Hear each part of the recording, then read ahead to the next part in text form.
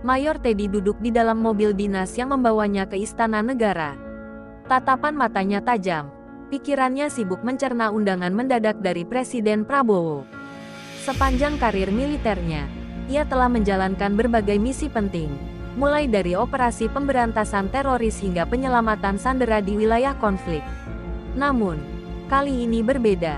Ia bukan dipanggil untuk tugas militer, melainkan sesuatu yang jauh di luar perkiraannya. Begitu tiba di istana, ia langsung diarahkan ke ruang pertemuan utama. Di sana, Presiden Prabowo sudah menunggunya, ditemani beberapa pejabat tinggi negara. Dengan suara berat dan tegas, Prabowo langsung menyampaikan maksudnya. Mayor Teddy, saya butuh seseorang yang bisa saya percaya untuk mengemban tugas berat. Saya ingin Anda menjadi sekretaris kabinet. Ruangan seketika hening. Para pejabat lain tampak terkejut, tetapi tidak ada yang berani membantah keputusan tersebut. Teddy, yang selama ini terbiasa menghadapi situasi penuh tekanan, tetap menjaga ekspresinya tetap tenang. Namun, di dalam hati, ia sadar bahwa tugas ini akan lebih sulit daripada medan perang. Menghadapi musuh yang terlihat mungkin lebih mudah dibanding melawan korupsi yang telah berakar kuat di sistem pemerintahan. Ia menarik napas dalam, lalu menjawab, "Mantap. Saya siap menjalankan tugas ini, Pak." Beberapa jam kemudian, berita pengangkatannya tersebar luas. Media nasional dan internasional menyoroti keputusan mengejutkan ini. Seorang perwira militer yang terkenal dengan ketegasannya tiba-tiba masuk ke dalam lingkaran birokrasi tertinggi. Masyarakat mulai berspekulasi. Apakah ini tanda bahwa pemerintah benar-benar serius dalam membersihkan sistem dari korupsi? Sementara itu, di balik layar, para pejabat yang merasa nyaman dengan praktik korupsi mulai merasa was-was. Di berbagai kantor pemerintahan, pembicaraan tentang Mayor Teddy menjadi topik utama. Sebagian pejabat yang masih memiliki integritas menyambut baik keputusan ini, sementara yang lain mulai menyusun strategi bertahan. Mereka tahu, kehadiran Teddy bisa berarti berakhirnya segala keuntungan yang mereka dapatkan dari sistem yang selama ini bobrok. Di sisi lain, di sebuah ruangan gelap di gedung perkantoran mewah, sekelompok orang berbisik pelan. Mereka adalah para tokoh yang selama ini menikmati keuntungan dari korupsi sistemik. Salah satu dari mereka, seorang pejabat tinggi yang berpengaruh, berkata dengan nada serius, "Kita harus memastikan dia tidak bisa bergerak bebas." Percakapan mereka berlanjut, membahas berbagai cara untuk menggagalkan langkah Teddy sebelum ia benar-benar memulai misinya. Namun, Teddy bukanlah orang yang mudah dikalahkan. Malam itu, ia duduk di ruang kerjanya yang baru, menatap peta besar Indonesia yang tergantung di dinding. Ia bukan hanya seorang tentara yang memahami strategi perang, tetapi juga seseorang yang tahu bahwa kemenangan sejati bukan hanya tentang mengalahkan musuh, tetapi juga mengubah sistem yang membuat kejahatan itu tumbuh. Dengan pena di tangannya, ia mulai menyusun rencana. Langkah pertama adalah memetakan titik-titik rawan korupsi, mengidentifikasi siapa saja yang terlibat, dan membangun tim yang benar-benar bisa dipercaya. Ia tahu, jika ingin membawa perubahan, ia harus bergerak cepat sebelum para lawannya sempat mengatur pertahanan.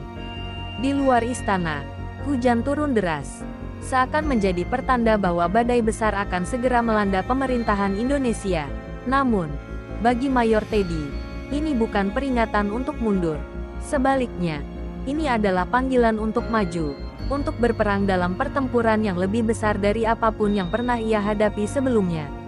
Malam itu, Mayor Teddy duduk di ruang kerjanya yang baru di sekretariat kabinet.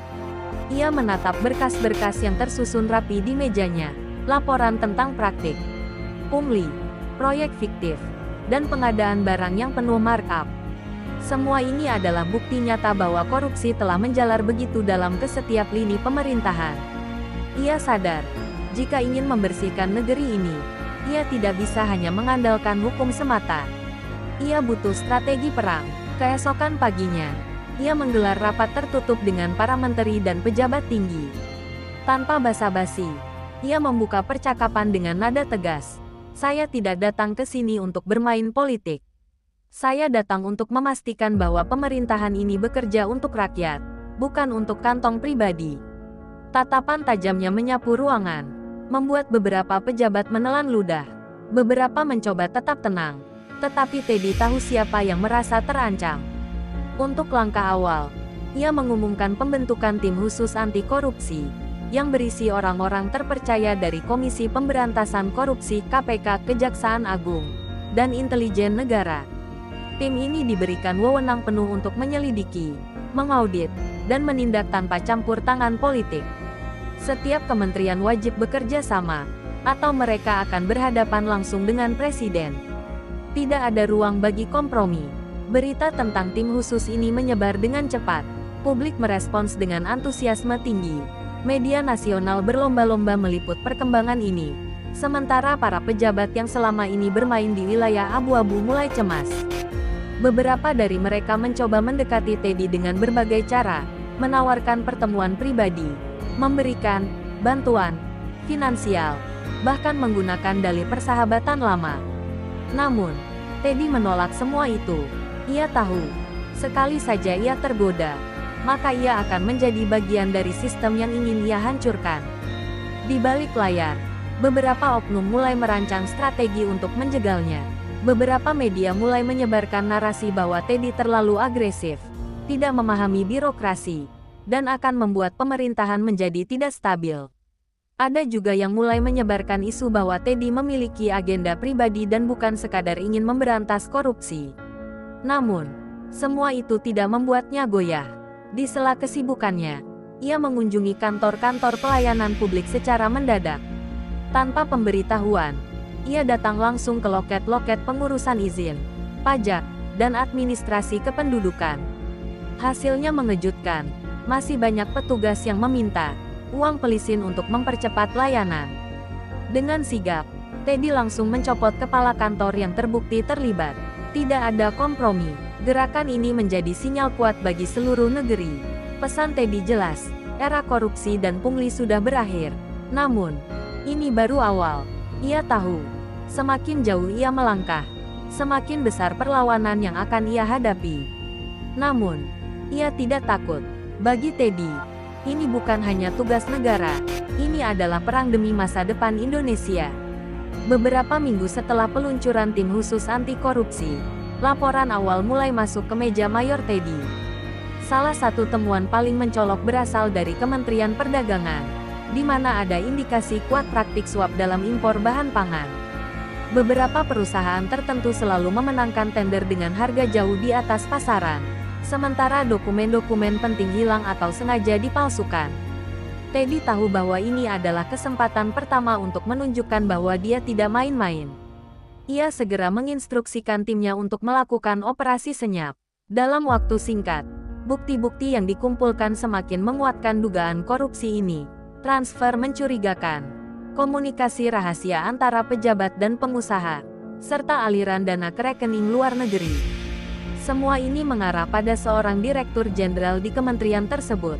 Seorang pria yang sudah bertahun-tahun dikenal sebagai untouchable karena kedekatannya dengan para elit politik. Malam sebelum operasi dilakukan, Teddy duduk di ruangannya, menatap dokumen-dokumen yang berserakan di meja. Ia tahu bahwa menangkap seorang pejabat besar bukan hanya soal hukum, tetapi juga strategi. Jika ia bergerak terlalu terbuka, para pelaku lain bisa melarikan diri sebelum mereka ditindak. Maka, ia menghubungi kepala kepolisian dan KPK, menyusun rencana agar operasi dilakukan serentak di beberapa lokasi.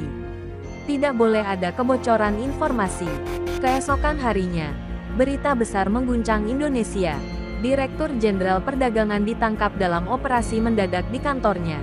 Tim khusus juga menggerebek rumahnya, menemukan uang tunai dalam jumlah fantastis serta dokumen-dokumen yang mengarah pada lebih banyak pelaku. Beberapa pejabat lain langsung dipanggil untuk diperiksa, sementara rekan-rekan bisnisnya mencoba menghilangkan jejak. Namun, mereka sudah terlambat. Masyarakat menyambut kabar ini dengan penuh semangat. Media nasional menampilkan wajah Teddy di halaman utama, memuji langkah cepatnya dalam membongkar skandal ini. Di media sosial, tagar-tagar Teddy Effect menjadi trending, melambangkan harapan baru bagi pemberantasan korupsi di Indonesia.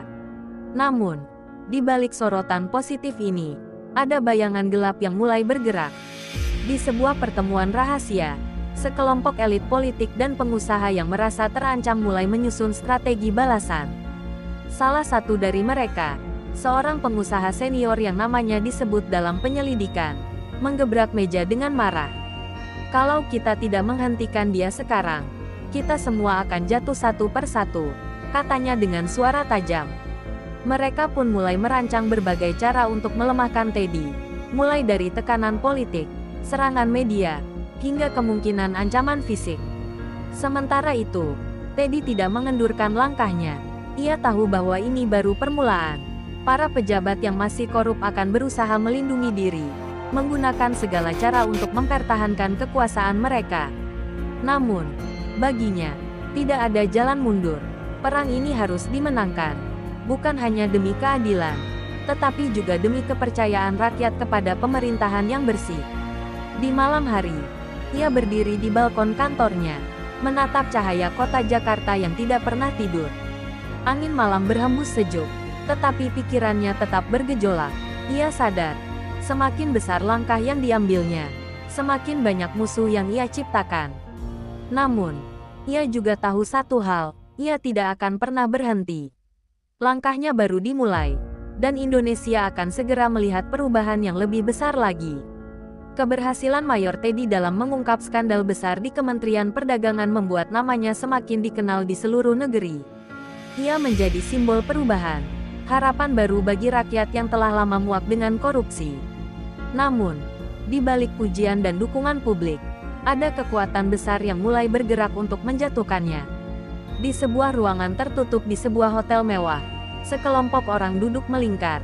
Wajah mereka dipenuhi kecemasan dan kemarahan. Mereka adalah politisi, pengusaha, dan pejabat yang selama ini diuntungkan oleh sistem yang korup.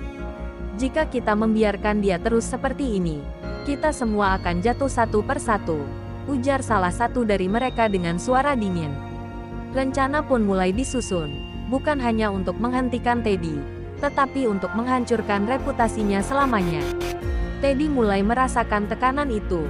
Setiap langkahnya kini diawasi dengan ketat. Media tertentu mulai menyerangnya, menyebutnya sebagai diktator baru yang tidak memahami birokrasi. Beberapa anggota parlemen mulai mempertanyakan langkah-langkahnya, menuduhnya bertindak sewenang-wenang. Namun, ia tahu bahwa ini bukan sekadar kritik biasa, ini adalah serangan yang dirancang untuk melemahkan posisinya. Suatu malam, seorang ajudannya datang dengan ekspresi serius.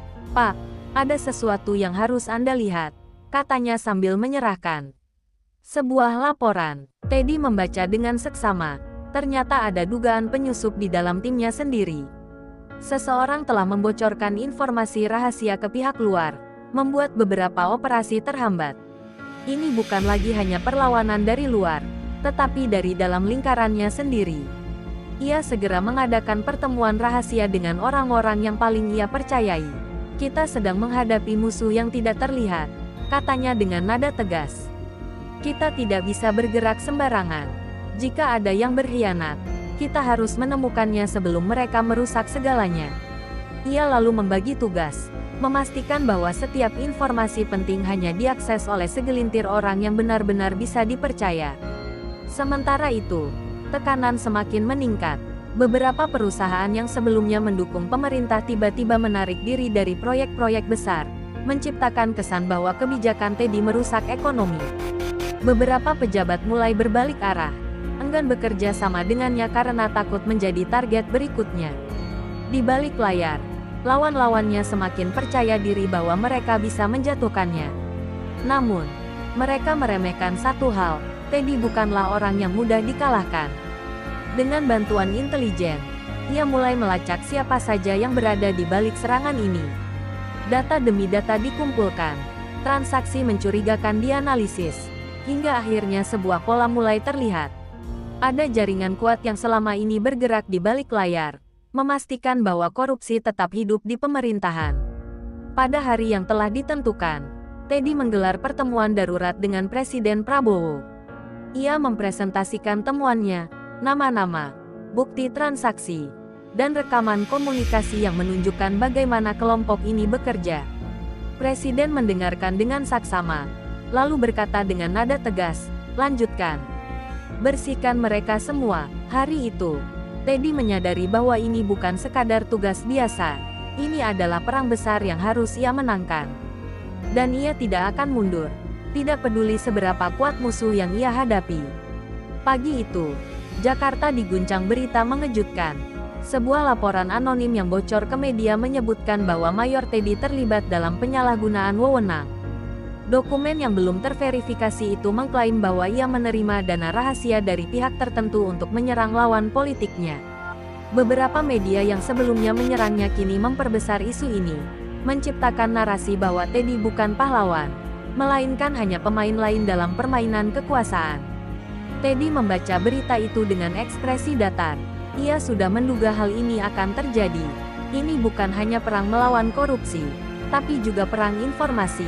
Mereka yang terancam oleh gebrakannya kini berusaha membalikkan keadaan.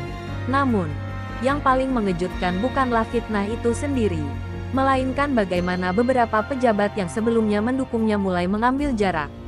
Saat ia tiba di kantornya, ajudannya, Kapten Arman, menyerahkan sebuah flash disk. "Pak, kami menemukan sesuatu. Kami menduga sumber kebocoran informasi kita ada di dalam lingkaran dekat." Teddy memasukkan flash disk itu ke laptopnya, dan yang ia lihat membuatnya semakin yakin bahwa perang ini belum selesai. Ada rekaman suara seorang pejabat tinggi yang sedang berbicara dengan salah satu pengusaha yang sebelumnya ia buru. "Teddy tidak bisa dibiarkan terus bergerak. Kita buat dia sibuk membersihkan namanya sendiri." Mengetahui bahwa ini adalah serangan yang telah direncanakan dengan matang, Teddy segera menghubungi tim hukumnya. Ia menginstruksikan mereka untuk menelusuri asal-usul dokumen yang bocor, mencari siapa dalangnya. Dalam waktu singkat, mereka menemukan kejanggalan.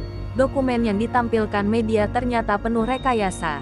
Beberapa tanda tangan dipalsukan, dan sumber informasinya tidak jelas. Ini adalah bagian dari strategi kotor lawan-lawannya. Namun, sebelum ia bisa bergerak lebih jauh, panggilan dari istana datang. Presiden Prabowo ingin bertemu dengannya. Teddy segera bergegas ke sana, menyadari bahwa ini adalah momen krusial. Ia harus memastikan bahwa kepercayaan presiden kepadanya tidak goyah, meskipun tekanan politik semakin besar. Di ruang kerja presiden, Prabowo duduk dengan tangan bertaut. Ekspresinya sulit ditebak. "Teddy, kau tahu ini bukan hanya perang hukum, tapi juga perang persepsi," katanya pelan. "Mereka ingin membuatmu kehilangan dukungan publik sebelum kau bisa menyentuh mereka lebih dalam." Teddy mengangguk. "Saya sadar, Pak, tapi saya tidak akan mundur. Jika saya goyah sekarang, mereka menang." Presiden Prabowo tersenyum tipis. "Bagus, karena saya tidak pernah mendukung orang yang mudah menyerah. Lanjutkan pekerjaanmu. Tapi hati-hati, musuhmu tidak hanya di luar, tapi juga di dalam." Keluar dari istana, Teddy tahu bahwa langkah selanjutnya harus lebih cermat. Ia tidak hanya harus membersihkan sistem dari korupsi, tetapi juga dari para pengkhianat yang bersembunyi di balik topeng loyalitas. Perang ini baru mencapai babak baru, dan ia siap untuk bertarung. Teddy kini lebih waspada. Serangan terhadap reputasinya membuktikan bahwa ia telah mengguncang kepentingan besar. Namun, ia tidak punya waktu untuk sekadar bertahan. Ia harus menyerang balik. Dengan tim intelijen kepercayaannya, ia mulai menelusuri siapa saja yang berada di balik kebocoran informasi dan penyebaran dokumen palsu. Dalam waktu singkat, namanya muncul. Brigadir Jenderal Wibowo, salah satu pejabat tinggi yang selama ini terlihat netral, ternyata memiliki hubungan gelap dengan jaringan korupsi yang sedang diberantas. Teddy tidak terkejut, pengkhianatan sering datang dari mereka yang tampak paling setia. Namun, menangkap Wibowo tidak akan mudah. Ia memiliki dukungan dari sejumlah petinggi militer dan politisi yang berpengaruh. Jika Teddy bergerak sembarangan, ia bisa dianggap menyalahgunakan kekuasaan. Maka, ia merancang strategi yang lebih halus, mengumpulkan bukti lebih kuat sebelum bertindak. Di balik layar, timnya mulai menggali lebih dalam.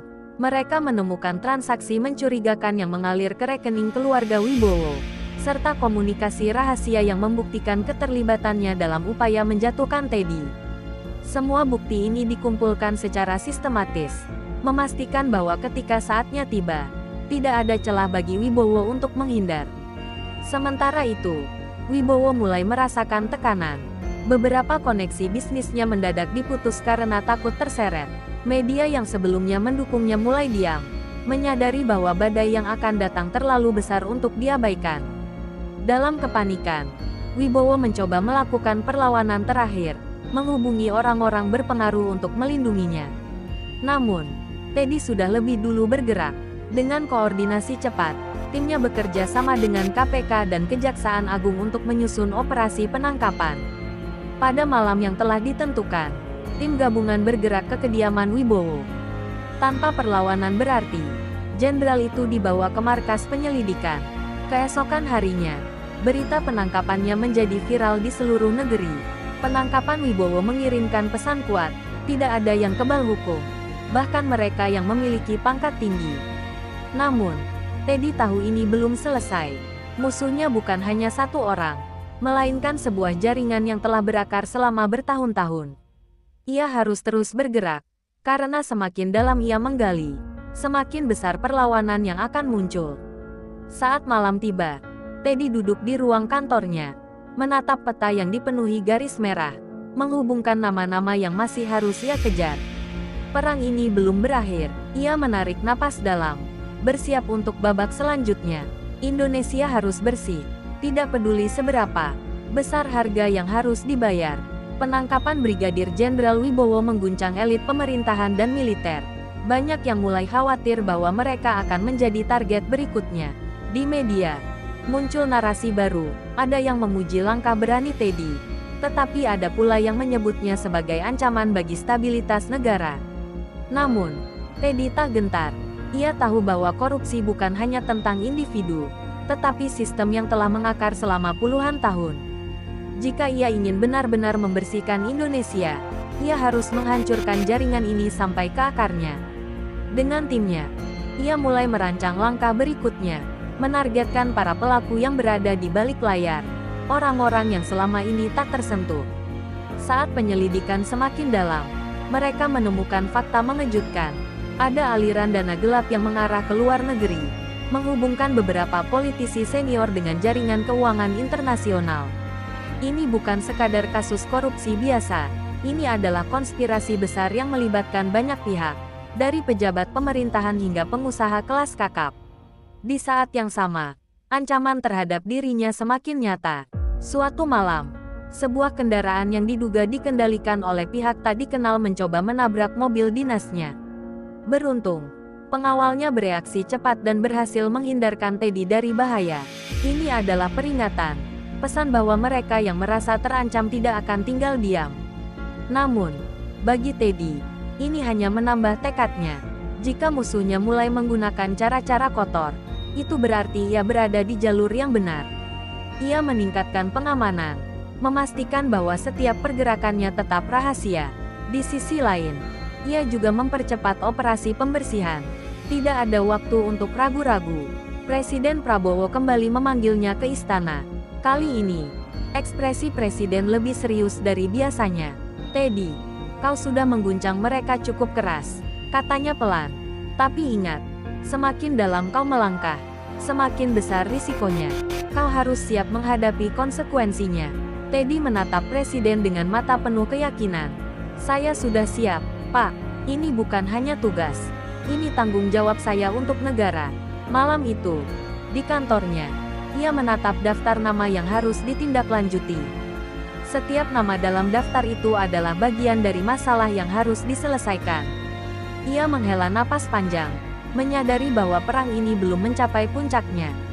Tetapi satu hal yang pasti, ia tidak akan mundur. Hari-hari setelah insiden percobaan serangan terhadapnya terasa semakin mencekam. Teddy tahu bahwa musuhnya semakin putus asa. Namun, alih-alih merasa terancam, ia justru semakin bersemangat. Ketika korupsi mulai melawan balik, itu berarti ia sudah sangat dekat untuk menghancurkannya. Dengan strategi yang lebih matang, Teddy dan timnya mulai menyusun operasi besar-besaran. Mereka tidak lagi hanya mengejar para pelaku individu, tetapi juga mengincar sistem yang memungkinkan mereka bertahan.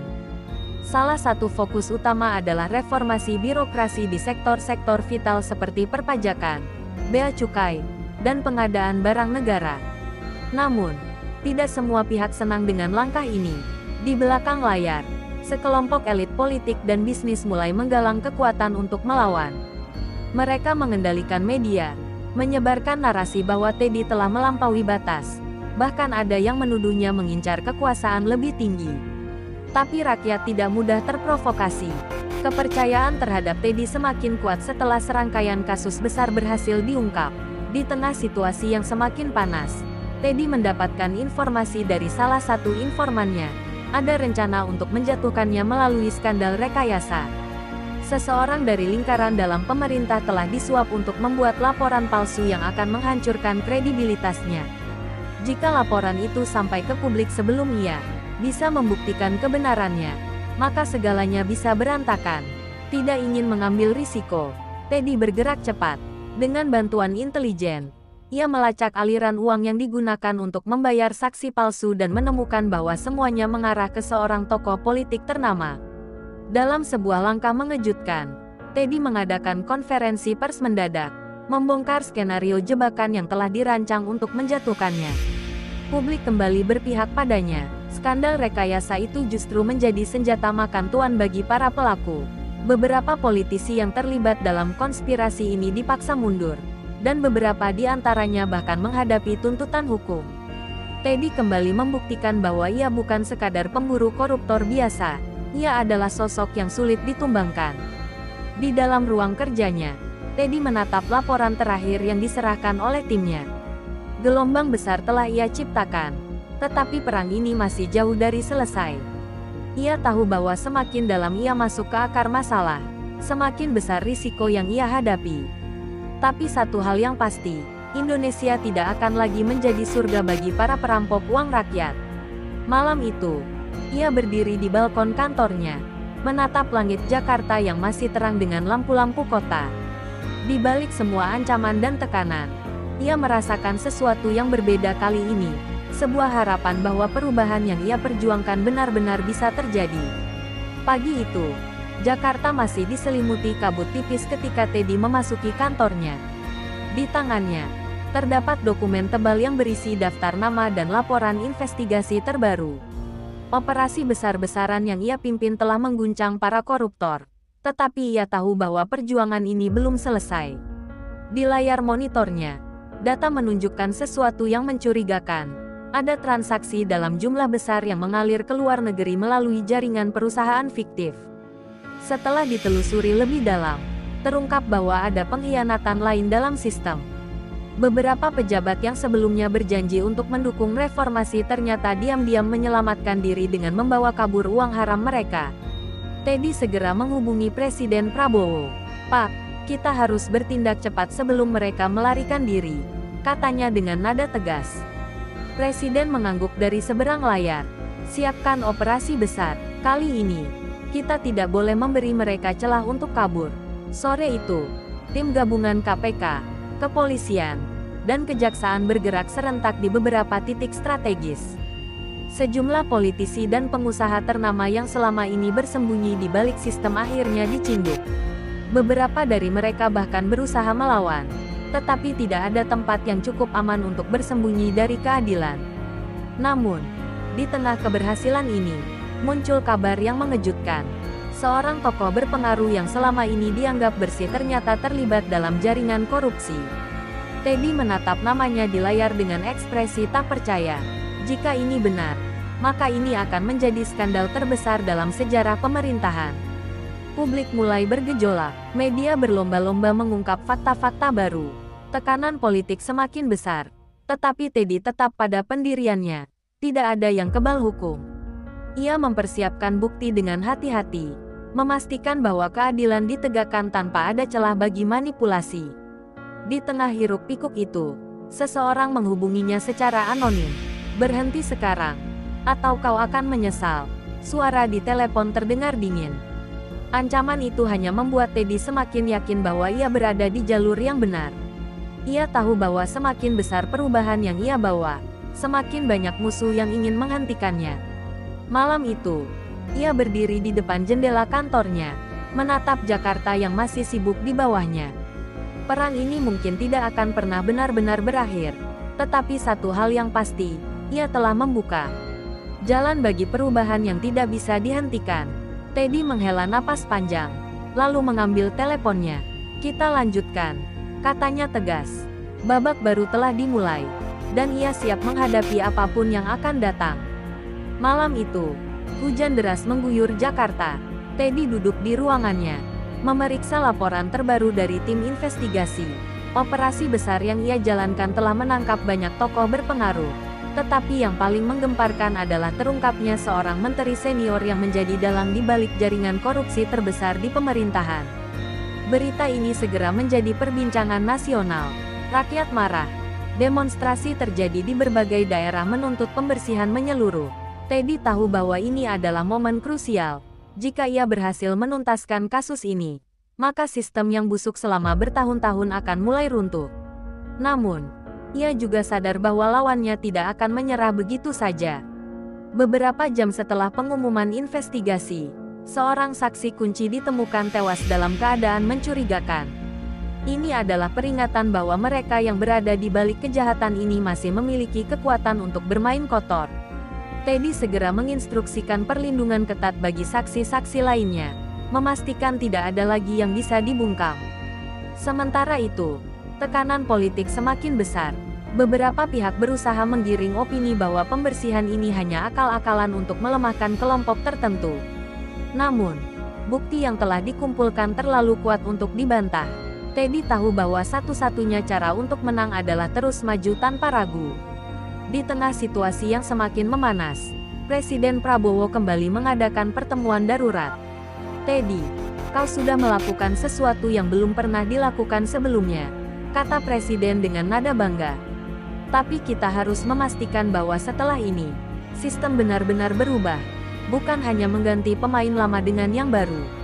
Teddy mengangguk, itulah tujuan utama saya, Pak. Kita harus membuat sistem yang lebih transparan, yang tidak memberi ruang bagi para koruptor untuk kembali. Malam itu, di ruang tertutup, timnya menyusun langkah terakhir. Mereka tidak hanya akan menangkap individu, tetapi juga mengajukan reformasi besar-besaran dalam sistem pemerintahan. Kebijakan baru yang mereka rancang akan memperketat pengawasan, meningkatkan transparansi, dan mempermudah rakyat untuk mengawasi kinerja pejabat negara. Keesokan harinya, dengan dukungan penuh dari rakyat, pemerintah mengumumkan reformasi besar-besaran di berbagai sektor. Para koruptor yang tertangkap tidak hanya dihukum, tetapi juga diharuskan mengembalikan seluruh aset yang mereka curi dari negara. Ini adalah kemenangan besar bagi Teddy dan timnya, sebuah tanda bahwa perubahan nyata telah dimulai. Saat matahari terbit, Teddy berdiri di balkon kantornya, menatap Jakarta yang perlahan bangkit dari kegelapan korupsi. Perjuangan ini belum selesai, tetapi ia telah membuka jalan bagi generasi berikutnya untuk melanjutkan misi ini. Dengan senyum tipis, ia menyadari satu hal, Indonesia akhirnya memiliki harapan baru.